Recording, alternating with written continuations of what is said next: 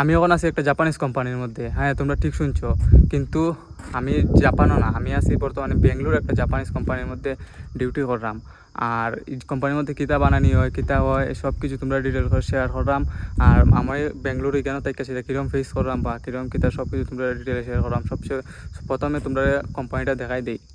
ওই দেখো কোম্পানিটার সামনের দিক আর কি, এটা একটা সানগো কোম্পানি। এটার মধ্যে টয়োটা গাড়ির যত পার্টস আছে সবগুলা বানানি হইব।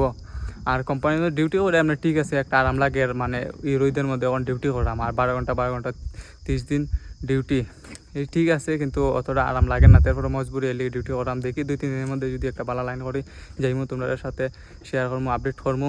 আর ভিডিওটা যদি ভালো লাগে তাইলে লাইক করবা। আর আমার কাছ থেকে কীরকম ভিডিও তোমরা দেখতে চাও কমেন্ট করে জরুর জানাইবাই। আর যদি ফেসবুক বা ইনস্টাগ্রামতে দেখতে থাকো তো জরুর ফলো করবা। আর ইউটিউবতে দেখলে সাবস্ক্রাইব করবা। তো আজকের লেগে অতখানই, আর দেখাইব অন্য কোনো ভিডিওর মধ্যে।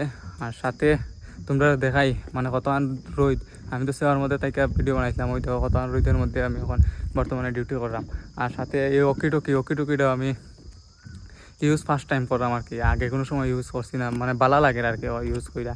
আগে আর্মিরা তো দেখতাম কীরকম ইউজ করে কীরকম না, মানে দেখে আর কি একটা ফিলিং আইতো ভিতরে, আমি যদি ইউজ করতে পারতাম কোনো দিন। আগেও আমি ডিউটিও করছি অন্য জায়গার মধ্যে, কিন্তু ওকিটকি আসলো না। আর কেন ডিউটি করার পরে ওকিটকি দিছে, ওকিটকি ইউজ করে আর ভালো লাগে। তো আজকের লেগে অতখানই, দেখা হইব অন্য কোনো ভিডিও মধ্যে।